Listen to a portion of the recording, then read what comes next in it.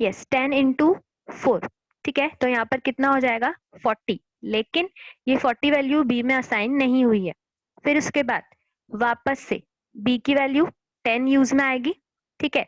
अगर हम यहाँ पर इस तरीके से लिखते हैं again B equal to B into 4, तो इसका मतलब बी की वैल्यू 40 हो जाती, लेकिन हमने ऐसा कोई स्टेटमेंट नहीं लिखा है।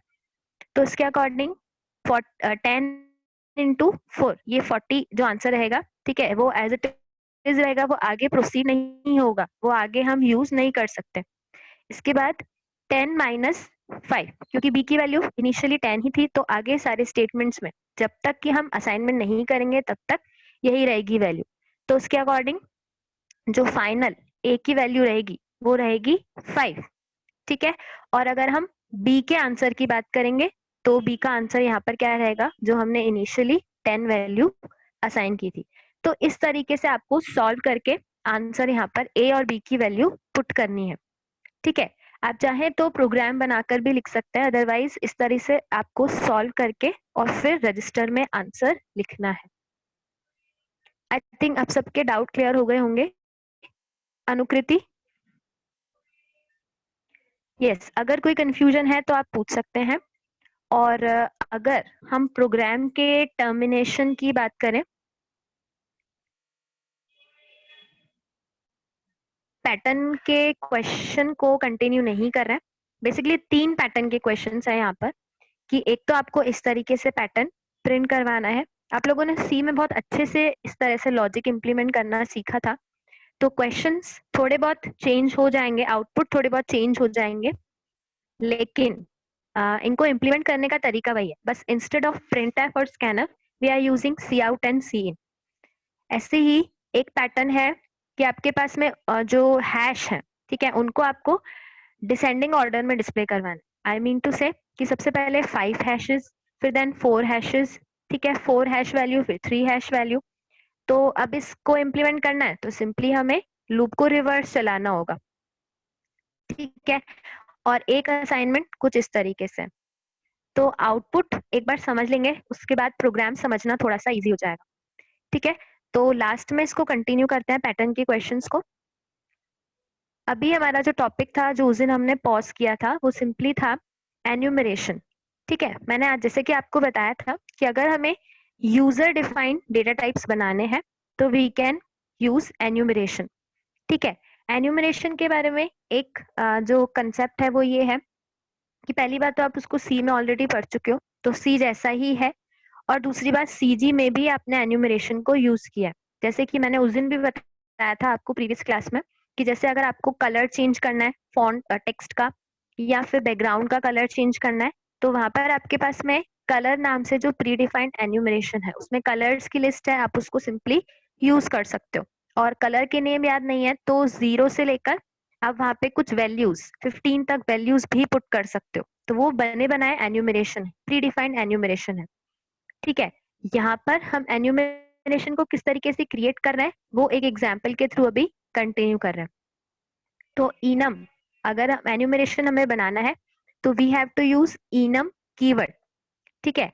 अब इसका जनरल सिंटेक्स क्या होगा, अगर इस पर्टिकुलर इनम को बनाना है तो first we have to write enum keyword, then जिस नाम से आपको यूजर डिफाइंड डेटा टाइप बनाना है, और उसके बाद में लिस्ट ऑफ नेम्स, ठीक है, लिस्ट ऑफ वैल्यूज, जैसे कि कलर्स के लिए मुझे ग्रीन, रेड और येलो, ये कुछ वैल्यूज चाहिए, तो वो यहाँ पे वैल्यू कॉमा सेपरेटेड लिस्ट में आपको मेंशन करनी होगी।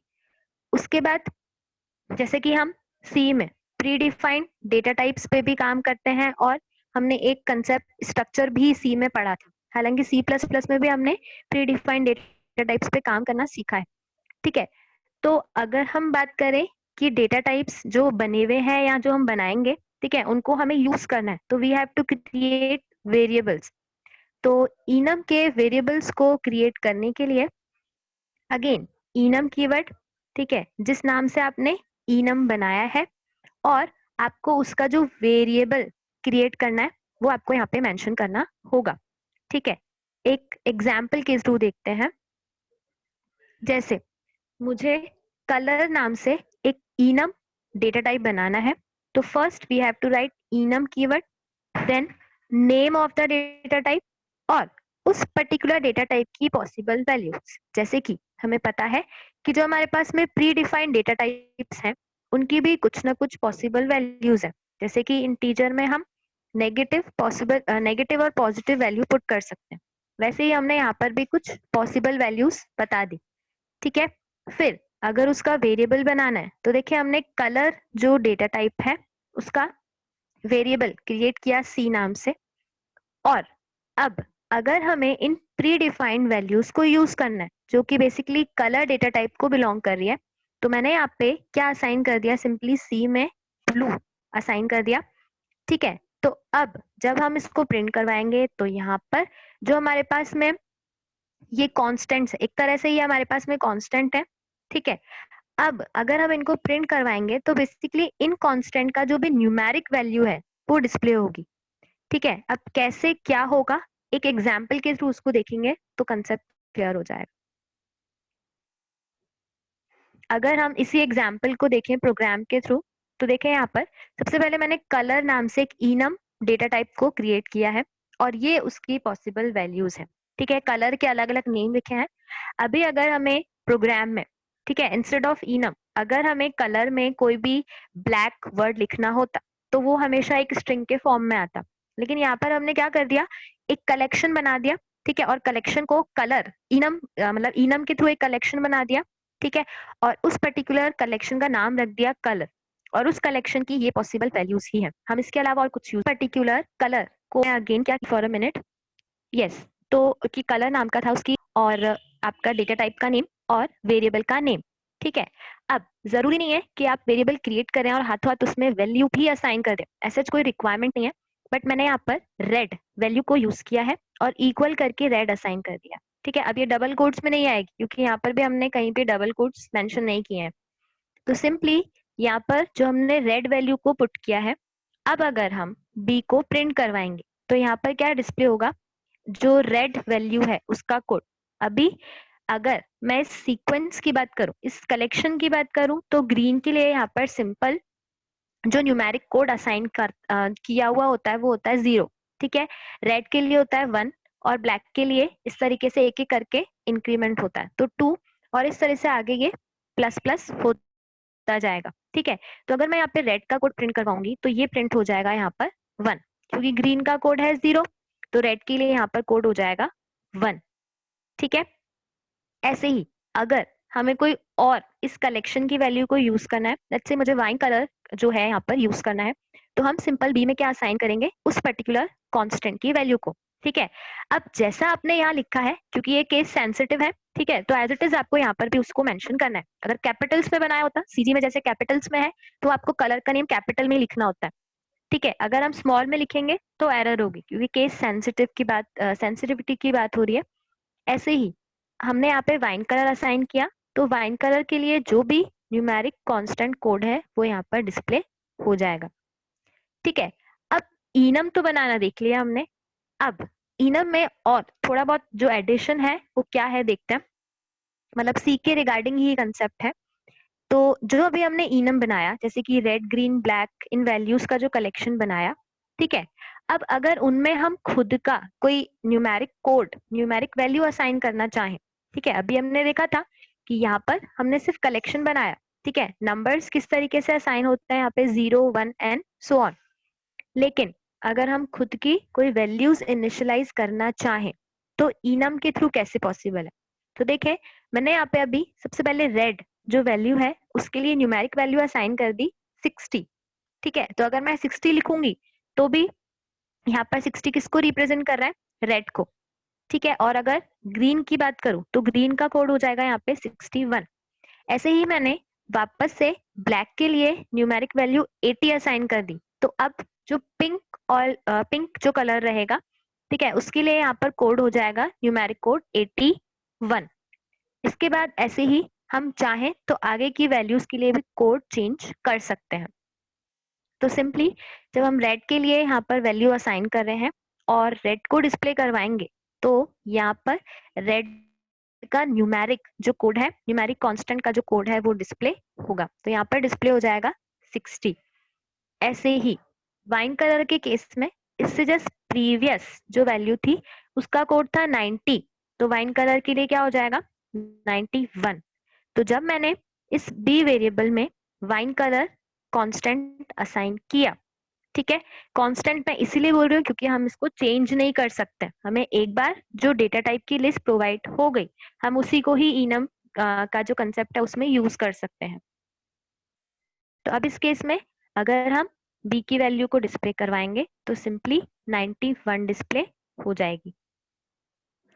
ठीक है, अब यहाँ तक तो हमने देखा कि इनम हम इस तरीके से यूज कर सकते हैं। अब इसका एक प्रॉपर क्या यूज हो सकता है वो एक प्रोग्राम के थ्रू और देख रहे हैं, प्लस इसमें हम फंक्शन भी यूज कर रहे हैं। तो फंक्शन क्या होता है ये हम ऑलरेडी देख चुके हैं। मैं इस प्रोग्राम में आपको ये एक्सप्लेन करने वाली हूँ कि अभी तक हमने सिंपल फंक्शन देखा जिसमें कुछ भी रिटर्न नहीं करवाया, लेकिन इस एग्जाम्पल में हम क्या कर रहे हैं, एक फंक्शन बना रहे हैं। ठीक है, फंक्शन का जो रिटर्न डेटा टाइप है वो हम ले रहे हैं बूलियन। C++ में बूलियन का कंसेप्ट अगर हमें इम्प्लीमेंट करना है तो we can use zero for false. ठीक है, फॉल्स के लिए 0 होता है और उसके अलावा अगर आप कोई भी वैल्यू देंगे तो वो एक पॉजिटिव वैल्यू को शो करेगा, यानी कि ट्रू वैल्यू को शो करेगा। तो मैं इस एग्जाम्पल में बूलियन के लिए ट्रू और फॉल्स दो वैल्यूज को यहाँ पे क्या कर रही हूँ, क्रिएट कर रही हूँ। तो दो वैल्यूज क्रिएट करने के लिए again we are using enum data type. ठीक है, तो देखिए enum एन्यूमरेशन को यूज कर रहे हैं और एन्यूमरेशन के थ्रू मैंने अगेन बूल यानी कि बूलियन के लिए मैंने यहाँ पे BOOL इस तरह के क्या किया, डेटा टाइप को क्रिएट कर दिया जिसकी दो पॉसिबल वैल्यू है, फॉल्स और ट्रू। ठीक है, अब अगर प्रोग्राम को हम समझें तो देखें मेन से एग्जीक्यूशन स्टार्ट होगा, तो हम चाहे यहाँ पे ट्रू और फॉल्स वैल्यू को डिस्प्ले भी करवा सकते हैं। तो अगर मैं इन वैल्यूज को यहाँ पे डिस्प्ले करवाऊंगी, ठीक है, तो मैंने लिस्ट में ट्रू को बाद में दिया है, पहले फॉल्स दिया है। तो फॉल्स के लिए न्यूमेरिक कांस्टेंट 0 रहेगा और ट्रू के लिए 1 रहेगा। तो यहाँ पर 1 प्रिंट हो जाएगा और यहाँ पर डिस्प्ले हो जाएगा 0। ठीक है, अब देखें आगे क्या किया है। सबसे पहले मैंने एक नंबर का इनपुट लिया है, लेट्स से यूजर ने नंबर का इनपुट दिया 40। ठीक है, उसके बाद मैंने यहाँ पर इफ कंडीशन में इवन फंक्शन को कॉल किया। इवन हमारे पास में एक फंक्शन है, फंक्शन कॉलिंग का ये तरीका है हमारे पास में, और उसमें मैंने सिंपली एक नंबर पास कर दिया। ठीक है, क्योंकि हम अभी तक ट्रू और फॉल्स जो प्रॉपर वर्ड है उनको यूज नहीं कर सकते थे, वो हमेशा स्ट्रिंग के फॉर्म में ही थे, सी की बात करूं चाहे C++। लेकिन एन्यूमरेशन के थ्रू हमने ट्रू और फॉल्स दो वैल्यूज को क्रिएट किया है। ठीक है, अब देखें जब यहाँ पर हम ये स्टेटमेंट लिखेंगे तो सबसे पहले इवन फंक्शन कॉल होगा। ठीक है, बाकी के स्टेटमेंट यहाँ पर ही एग्जीक्यूशन हॉल्ट हो जाएगा प्रोग्राम का और इवन फंक्शन जो है हमारे पास में वो कॉल होगा। ठीक है, तो अब देखें इवन फंक्शन क्या चेक कर रहा है। यहाँ पर सबसे पहले जो हमने वैल्यू यहाँ से इवन फंक्शन को पास की, ठीक है, तो यहाँ पर a में जाके असाइन हो जाएगा जो हमने वहां से भेजा था, तो यहाँ पर 40 असाइन हो जाएगा। इसके बाद यहाँ पे सिंपली हमने चेक करवाया है। प्लस आप देखिए इस फंक्शन का रिटर्न डेटा टाइप क्या है। अभी तक हम प्री डिफाइंड डेटा टाइप्स पे वर्क करते हुए आ रहे हैं, तो यहाँ पर हमने वो डेटा टाइप यूज किया जिसको कि अभी हमने क्रिएट किया। ठीक है, तो बूल नाम से मैंने डेटा टाइप क्रिएट किया था और मैंने फंक्शन का रिटर्न टाइप बूल रखा। तो इस केस में मैंने चेक करवाया है कि जो भी नंबर है वो अगर 2 से पूरा पूरा डिवाइड हो जाता है, यानी कि रिमाइंडर या शेषफल 0 आता है, तो रिटर्न हो जाए ट्रू स्टेटमेंट। अब देखें ट्रू मैंने डबल कोट्स में नहीं लिखा है, यानी कि ये एक पॉसिबल वैल्यू है जो कि इनम के साथ हम यूज कर सकते हैं। ठीक है, लेकिन अगर ये पर्टिकुलर कंडीशन फॉल्स हो जाए तो रिटर्न हो जाए हमारे पास में फॉल्स। ठीक है, अभी इस केस में यहाँ पर कंडीशन ट्रू है तो रिटर्न हो जाएगा ट्रू। ठीक है, रिटर्न ट्रू हो गया तो बाकी के स्टेटमेंट एग्जीक्यूट नहीं होंगे, क्योंकि रिटर्न के बाद पर्टिकुलर जो प्रोग्राम है, पर्टिकुलर जो फंक्शन है वो वहां पर क्या हो जाता है, उसका एग्जीक्यूशन ब्रेक हो जाता है। यानी कि अब प्रोग्राम का कंट्रोल वापस से कहाँ पर आ जाएगा, इस स्टेटमेंट पर। ठीक है, तो यहाँ पर जो रिजल्ट रिटर्न हुआ है वो किस तरीके से रिटर्न हुआ है, यहाँ पर अगर हम समझे तो इवन के केस में यहाँ पे रिटर्न हुआ था 1। ठीक है, हमें पता है कि जब हम यहाँ पे ट्रू लिखे या फॉल्स लिखे तो उनका न्यूमेरिक जो कांस्टेंट है उसी को यूज में लिया जाता है। तो सिंपली इस फंक्शन से रिटर्न हुआ था, इस आउटपुट के अकॉर्डिंग ट्रू रिटर्न हुआ था। तो ट्रू के लिए यहाँ पे न्यूमेरिक कांस्टेंट कोड कितना होता है, 1, तो यहाँ पर सिंपली चेक किया जाएगा कि क्या 1 1 के बराबर होता है। कंडीशन 2 है तो मैसेज आ जाएगा हमारे पास में नंबर इज इवन। ठीक है, और इंस्टेड ऑफ दिस आप ऐसा भी कर सकते हैं, जैसे हमने काफी डिस्कशन भी किया था, तो ऐसा भी कर सकते हैं। तो इस केस में अगर 1 रिटर्न हुआ है तो कंडीशन ट्रू कंसिडर की जाएगी और उसके बाद नंबर इज इवन डिस्प्ले हो जाएगा।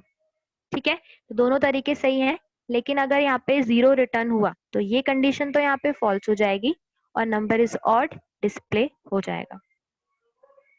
अब यहाँ तक कोई कंफ्यूजन है तो आप पूछ सकते हैं, अदरवाइज